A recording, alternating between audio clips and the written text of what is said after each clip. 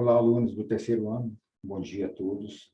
Nós estamos aqui para a nossa aula, acho que vai ser a única aula dessa semana, né? A nossa aula de revisão, ok? Então, gente, língua portuguesa, eu sou o capitão PTTC Paulo. O objetivo da nossa aula é revisar os assuntos previstos para a 5, que será esta semana, né? A nossa aula será uma aula curta, né? Nós vamos ser bastante objetivo, procuramos fazer uma aula assim, voltada para os conteúdos que caem na 5, e é lógico que a aula não é tudo, né? A aula dá para vocês a temática da prova, então, a partir dessa temática que vocês verão aqui agora, aí vocês podem aprofundar os estudos, né? Procurar esses temas e ler mais. Aqui vocês vão estar sabendo aí os assuntos que vão cair na prova.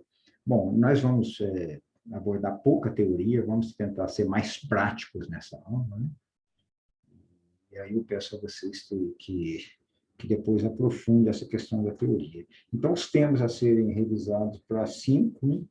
A segunda geração modernista. Então, na parte de literatura, cai alguma coisa teórica sobre narrador, etc. e tal, linguagem poética, mas isso é coisa que vocês já estudaram no primeiro e coisa bem simples, não tem dificuldade.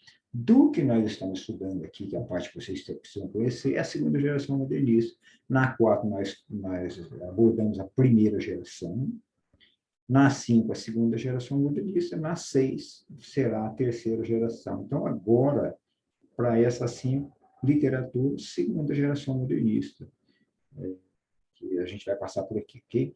Na parte de gramática, nós vamos repassar com vocês a anáfora e catáfora, orações coordenadas e orações coordenadas. Então, aí tá, olha só. Então, os temas aí para vocês da prova são esses 4, né? Para vocês aprofundar, estudar com mais cuidado. É lógico que a gramática é sempre bom vocês dar uma olhadinha em mais alguma coisa, né? Porque às vezes pode ter uma coisa ou outra que escape daqui, mas no princípio é isso, ok, gente?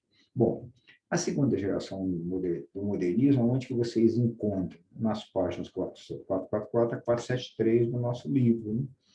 E quem não tem o livro, aonde que eu vou ler isso, professor? No nosso bloco, né? Nos nossos blocos da literatura, nós temos a cópia dos capítulos do livro. Bom, segunda geração modernista, né? Ela veio depois da primeira, logicamente, né? A primeira geração foi a geração heróica, né? Aquela geração rebelde, combativa, aí veio a segunda geração. E como que ela surgiu? Ela surgiu com esse contexto histórico que nós vemos aí, a quebra da Bolsa de Nova York, em 29, a crise cafeeira, né? Revolução de 30, intentona comunista, o Estado Novo, nazismo, fascismo chegando, trazendo tudo isso trazendo a Segunda Guerra Mundial como um dos fatores mais importantes desse período. Mas tudo isso aqui, gente, ele leva a gente aonde? A um debate político que cobra posicionamento. Então, é por isso que os autores da segunda geração, eles são muito envolvidos politicamente, diferente dos da terceira, que nós já estudamos, né? Aí já a coisa se assenta, né? Se acomoda um pouco, os autores deixam de ser tão engajados, mas a segunda geração tem um forte posicionamento político, porque o momento histórico exige isso, né? Bom, o que nós temos assim de propostas e características da segunda geração que nós precisamos saber para distinguir o que é da segunda, o que é da primeira e o que é da terceira geração. Na segunda geração, nós temos os prosadores e temos os poetas, né? O que nós encontramos principalmente na prosa é a denúncia social, o engajamento político e na poesia o espiritual, na poesia. Então, na prosa, a denúncia social e o engajamento político é o que nós mais encontramos. Um papel combativo com foco nos problemas nacionais. Então, aqui traz um realismo, se traz os problemas nacionais através da realidade, um neorrealismo. Então, existe um neorrealismo, um novo realismo. Por que novo? Porque agora esse realismo vem com os problemas sociais. Questiona o lugar do ser humano no mundo, consciência sobre os graves atrasos do interior, né? Então, vai ser uma literatura muito voltada para o regionalismo do interior. Os elementos regionais como repertório. Então, o regionalismo começa a aparecer de uma maneira mais forte. buscando compreender a identidade nacional, uma perspectiva humana e politicamente comprometida. Então, o ser humano ele é visto na sua realidade e na sua dura realidade. Okay? Bom, a prosa, né? A prosa de 30, né? O romance de 30, né? Quando nós falamos em prosa, estamos falando em romance, textos corridos, né? Textos grandes. Né? O romance ele é regionalista, nós temos o regionalismo no Nordeste e o regionalismo no Sul, né? Principalmente esses dois. Essa prosa de 30 ela é neorrealista, como eu já disse para vocês, traz um novo realismo, que é o realismo do jeito que ele é, né? Com as suas principais dificuldades. É neonaturalista, porque um novo naturalismo mostra, né, o ser humano, o protagonista, no seu conviver natural, né, as suas dificuldades, o seu embate com a natureza. Então, o neorrealismo é uma nova maneira de mostrar a situação dos personagens no seu meio, onde ele vive. Okay? Romance psicológico e intimista, o romance psicológico, né, e intimista que olha para dentro da cabeça, do pensamento do personagem, para dentro do coração do personagem. Nós vemos muito isso em Graciliano Ramos e Raquel de Queiroz. Eles trabalham muito isso, olhando o psicológico. Né? Nós percebemos no narrador que ele enxerga a mente e enxerga o coração do personagem, do protagonista. Okay? Então, são as características que nós vamos encontrar no romance de 30. E os temas? Quais os temas que vêm para trazer essas características? Nós temos um contraste entre o urbano e o rural, mostrando o desenvolvimento das cidades e o atraso da zona rural. O industrial na cidade, contraposto com o artesanal no campo. O progresso na cidade, em contraponto com o atraso e a ignorância do interior. O Nordeste pobre, em contraponto com o Sul enriquecido. Nós temos o tema da falência dos engenhos de cana-de-açúcar. Quem traz isso para nós? O José Lins do Rego. Né? Nós temos o tema do cacau. Quem traz isso? O Jorge Amado, da Bahia, né? Traz para nós um documentário, uma retratação do ciclo do cacau. A seca, trazida principalmente por Raquel de Queiroz e Graciliano Ramos, e José Américo de Almeida também. A migração também por esses, né? Por isso que nós falamos, Raquel de Queiroz e Graciliano Ramos. O cangaço, né? O cangaço, quem traz mais fortemente para nós o cangaço é o José Lins do Rego. Ele tem até uma obra que chama Cangaço, né? E na obra Fogo Morto também aparece fortemente esse tema do cangaço. Jorge Amado também trata desse tema. Então, vocês vejam, são os temas que normalmente aparecem na segunda geração e que nós precisamos saber que esses temas são da segunda geração. Né? Esses temas não são da primeira geração? Não, a primeira geração não trata disso. Né? É a segunda geração que trata, ok? Bom, quem são os principais autores na prosa de 30? Né? José Américo de Almeida é o cara que inaugurou a segunda geração com a obra Bagaceira. Então, essa obra dele, ambientada também no Nordeste, né? Traz para nós o início da segunda geração. Aí tem Raquel de Queiroz com a obra O 15, a obra Memorial de Maria Moura, né? E outras obras, né? As Três Marias, mas as duas principais que nós estudamos da Raquel de Queiroz, O 15 e Memorial de Maria Moura. Graciliano Ramos, nós vemos uma obra só dele, que é muito importante e cai na prova, né? Vidas Secas, né? Uma obra fenomenal dele, inescapável. José Lins do Rego, nós estudamos com ele Fogo Morto, né? Que trata de um engenho de cana-de-açúcar em decadência. Jorge Amado, várias obras, né? As principais dela, Capitães da Areia, Gabriela Clara Canela, né? Teresa Batista, Cansada de Guerra, Dona Flor e seus dois maridos, Cacau, Terras do Sem Fim. Aí, esses são os do Nordeste. Então, esses 5 primeiros são os regionalistas do Nordeste. E esses 2 últimos, os regionalistas do Sul. Né? Érico Veríssimo, como é importante, uma obra chamada O Tempo e o Vento, né? Outra obra chamada Incidente em Antário, né? E Dionélio Machado, com uma obra chamada Os Ratos. Okay? Então, vejam só, na prosa, né, se escreveram romances, são esses autores da segunda geração moderista, a prosa de 30, o romance de 30. Okay? A poesia, né? A poesia, lógico, ela é simultânea à prosa, né? Mas nós estudamos separados só por uma questão didática, né? Eles trabalham juntos, né? A poesia ela tem uma fase de consolidação, ou seja, consolidando a proposta da primeira geração. Então, a poesia ela começa a se aperfeiçoar, né? Modificar. O modernismo na segunda geração, na poesia, ele é mais moderado, não só na poesia, na prosa também. Olha, gente, isso aqui é importante a gente saber, o modernismo é mais moderado por quê? Porque o da primeira geração foi um modernismo radical, combativo, briguento, né? Intolerante. Agora, aqui na segunda geração, não. Como a primeira geração já conseguiu estabelecer o modernismo, conseguiu estabelecer as ideias modernistas com muita dificuldade, porque existia uma tradição estabelecida, né? E agora mudar isso era complicado. Né? A primeira geração teve que lutar muito para conseguir isso, e ela conseguiu. Aí a segunda geração já pode ser um modernismo mais moderado, que não precisa combater tanto as tradições, né? Pode levar ao modernismo com tolerância às estéticas anteriores. Não existe na segunda e terceira geração assim, uma rejeição ao passado, né? Um antipassadismo. O antipassadismo, a rejeição das estéticas anteriores, é mais coisa da primeira geração. Okay? Mas, de qualquer forma, a segunda geração usa das conquistas da primeira geração, principalmente versos livres e brancos na poesia, a ironia e o coloquialismo. Então, essas conquistas da primeira geração permanecem. O que mudou um pouquinho? Apenas aquela questão da rejeição às estéticas tradicionais, né? O antipassadismo.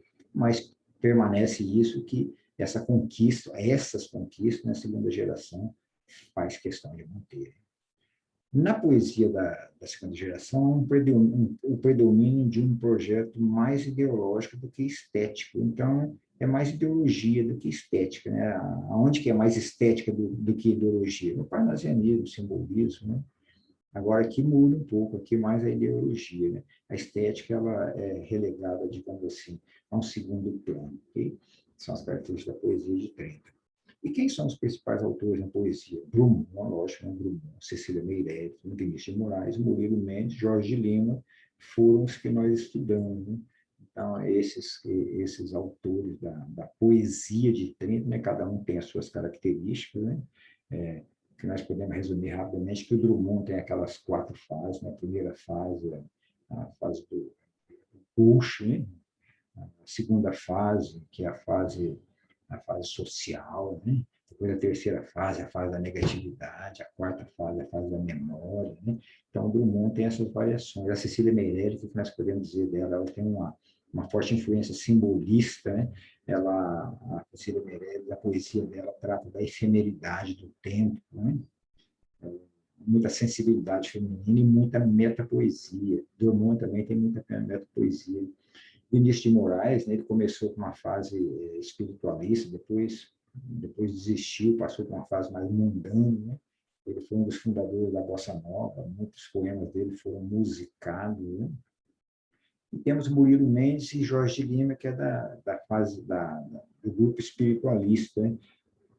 Cecília Meirelles, de alguma forma também, mas principalmente esses dois últimos são espiritualistas. Né?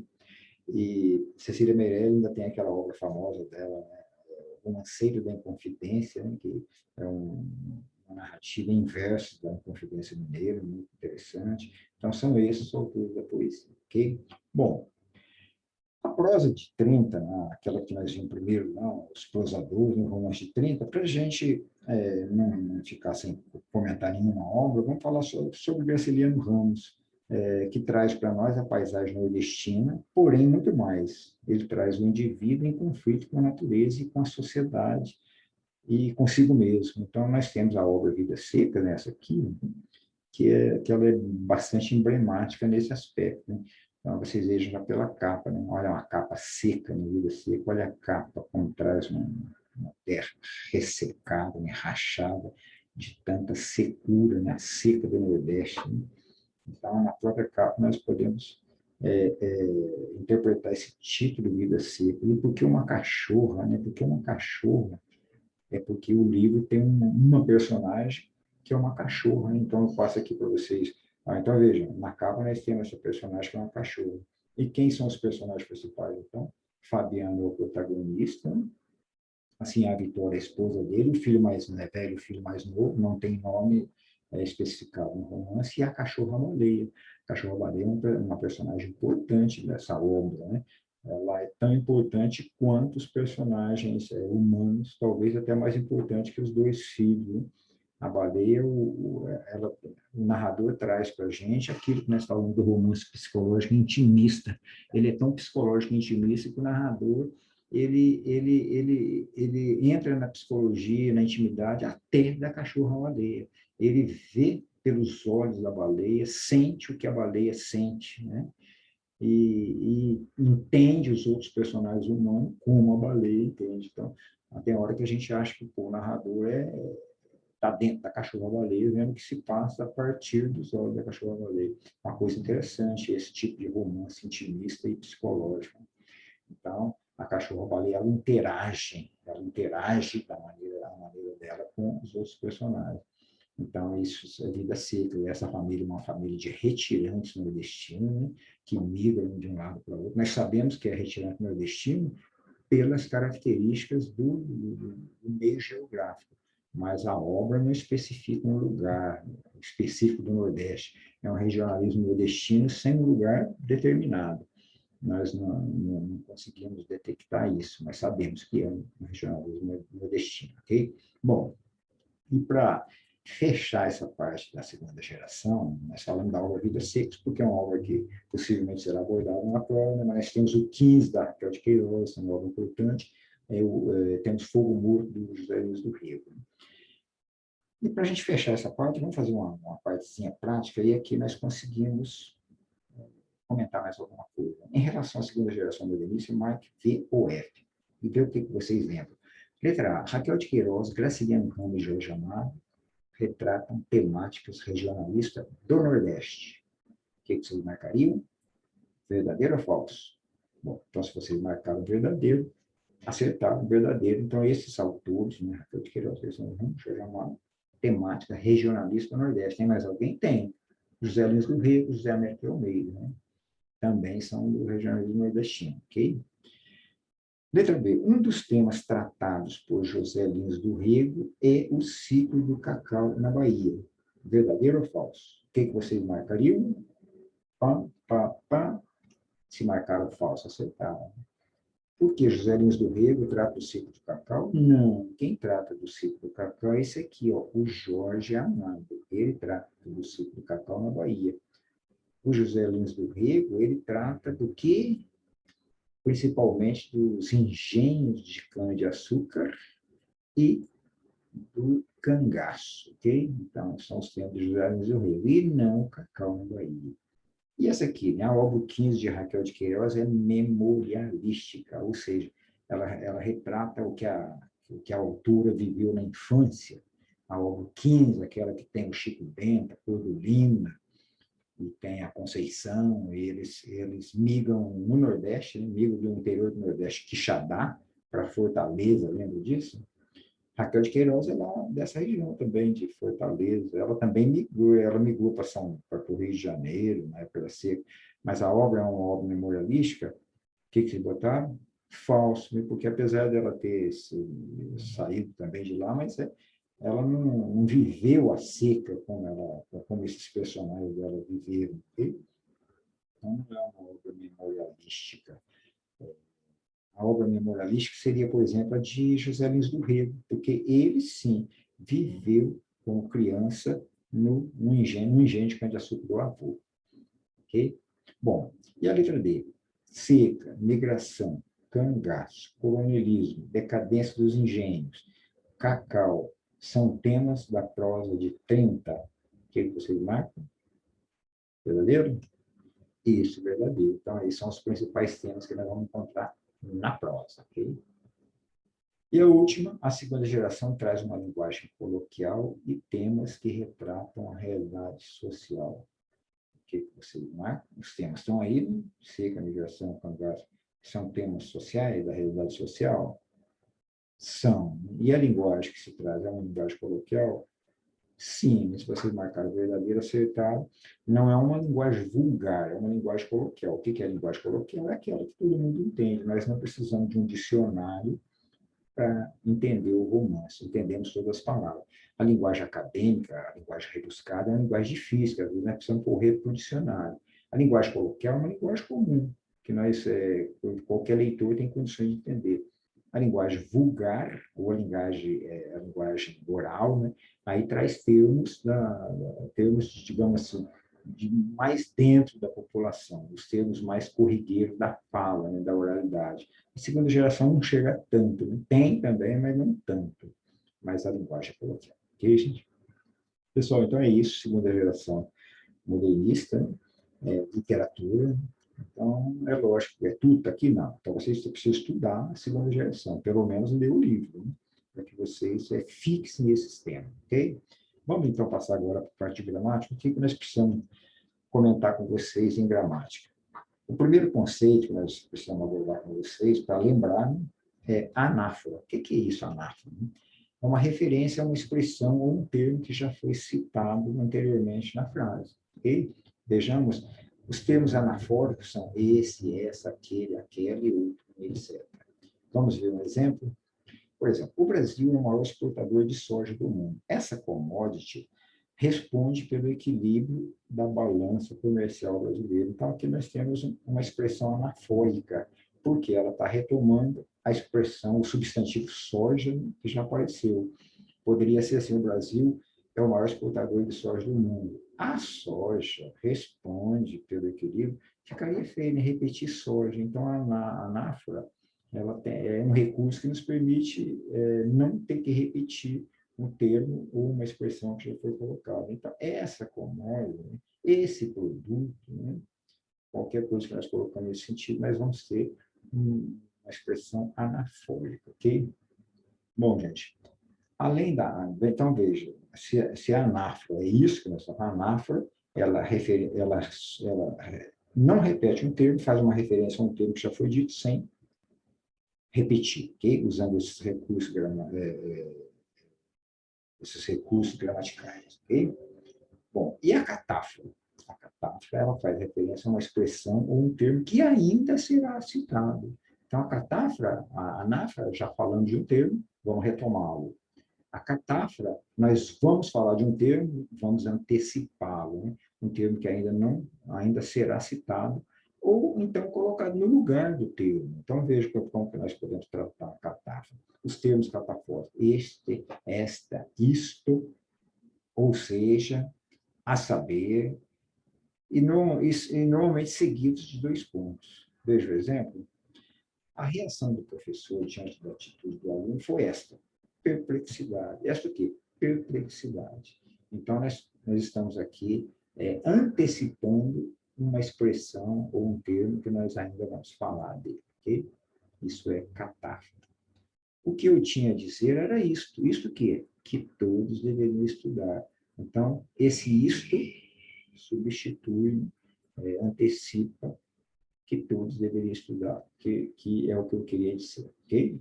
Bom, e nós temos esse tipo de catáfora também, que nós podemos mostrar pela proximidade. Isso aqui se chama pela proximidade. Vejam só, Helena e Laura contribuíram para a nossa festa. Contribuíram.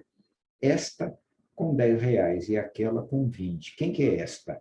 É a Laura. Veja que está da mesma cor. E quem que é aquela? A Helena, veja que está da mesma cor. Por quê? Porque quando nós falamos que Helena e Laura contribuíram para a nossa festa, Laura com R$ 10, para não repetir Laura, vamos falar quem está mais perto, se a gente voltar na frase, andar para trás aqui, ó, se a gente voltar na frase, a primeira é esta aqui, então esta, com R$ 10. E vamos falar Helena? Não vamos repetir o nome da Helena, vamos voltar na frase, quem está mais longe? A Helena está mais longe, aquela com 20. Então, Eliane Laura contribuiu para a nossa festa, esta com R$ 10 e aquela com R$ 20. Então, a catáfora também, ela está substituindo o nome da Laura e substituindo o nome da Helena por proximidade. A mais próxima é esta, a mais longe é aquela. Ok? Então, isso também é um exemplo de catáfora. Bom, além de catáfora e anáfora, o que mais que nós precisamos estudar para a nossa prova? Orações subordinadas. E em relação às orações coordenadas, vamos fazer aqui através de um pequeno exercício. Então, vejam, vamos ver o que nós temos aqui. Vamos estabelecer a correlação correta. Primeira frase, exijo que me respeite. O que será que nós temos aqui? Será uma oração subordinada adjetiva? Ou uma oração substantiva subjetiva?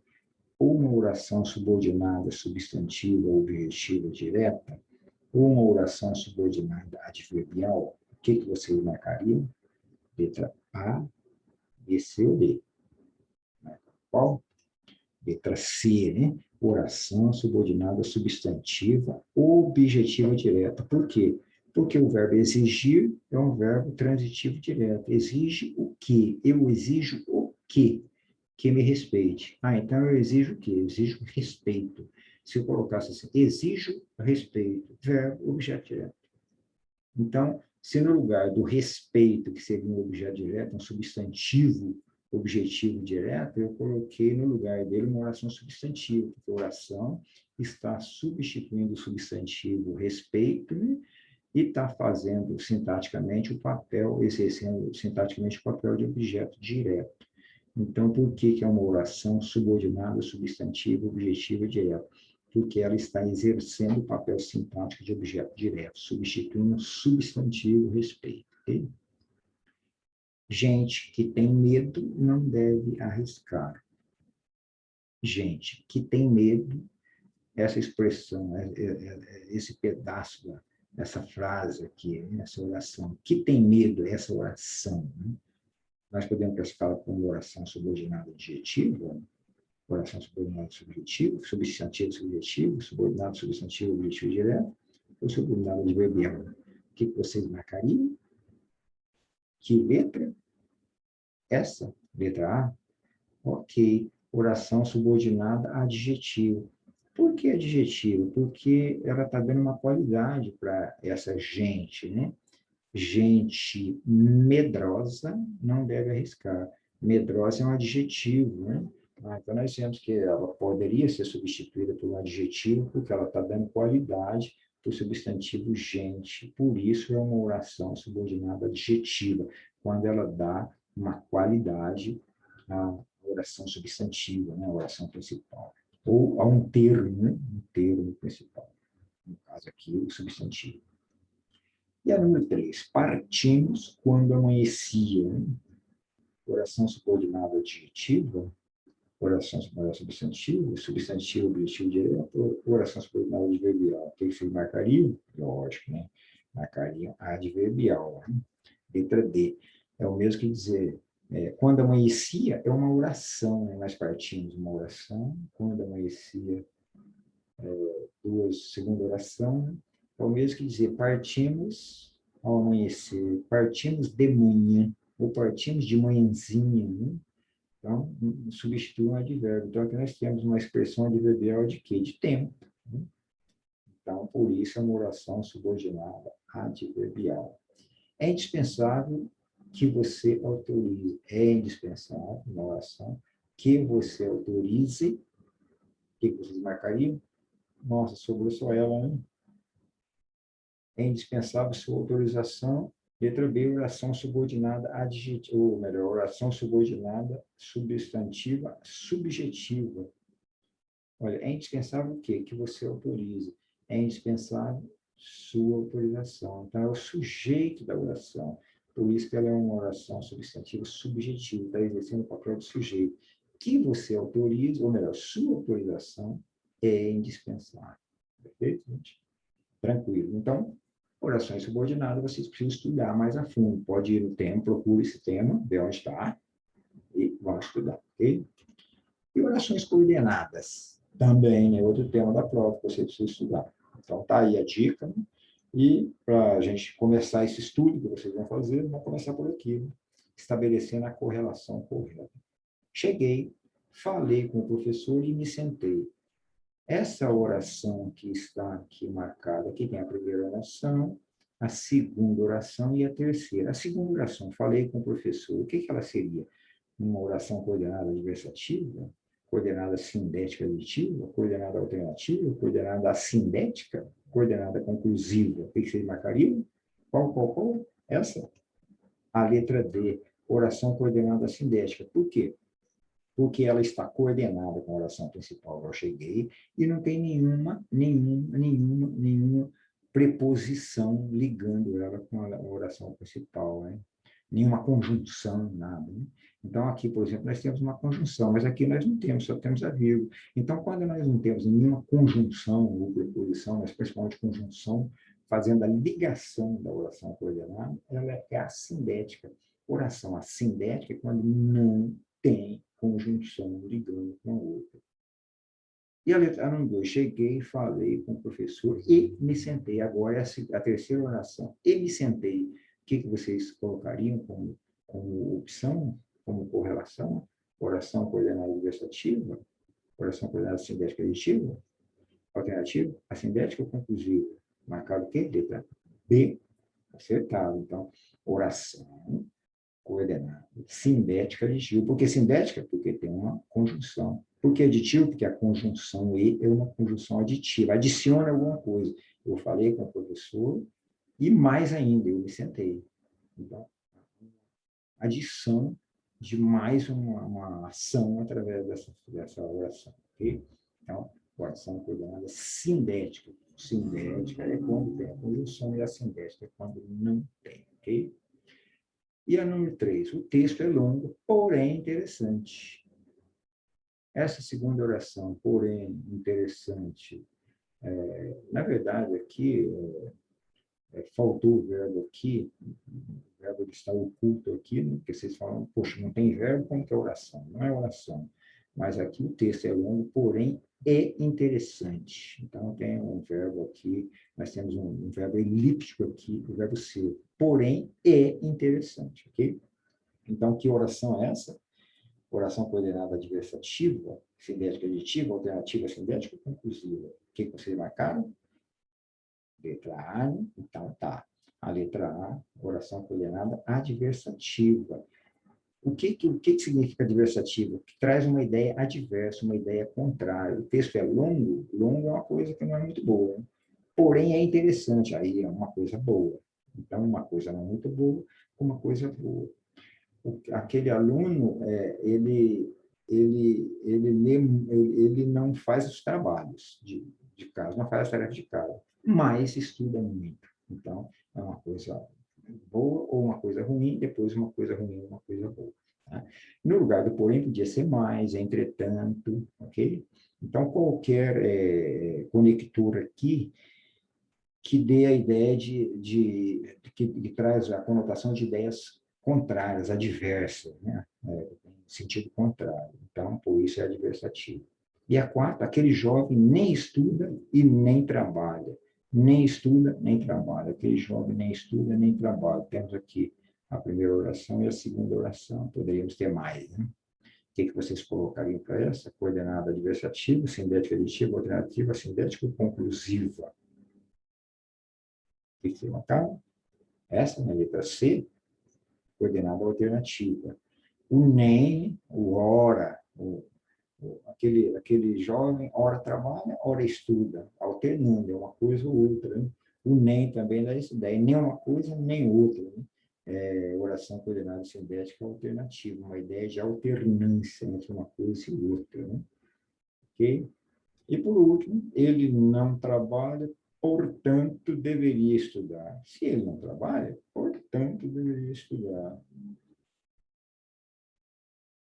O que vocês marcam? Aqui sobrou, né? Letra E, conclusiva, coordenada conclusiva. Portanto, é um conector conclusivo. Portanto, então. Então, nós percebemos que, de acordo com o que já foi explicitado, se conclui alguma coisa.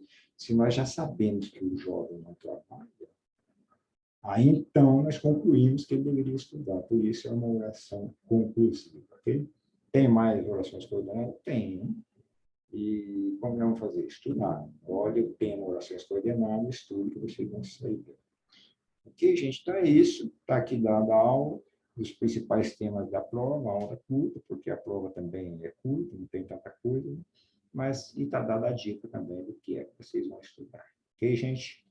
Agradeço, então, a vocês pela participação e espero que vocês saiam muito bem na prova, estudem, tirem boas notas. Ok, gente? Muito obrigado pela atenção. Até a próxima.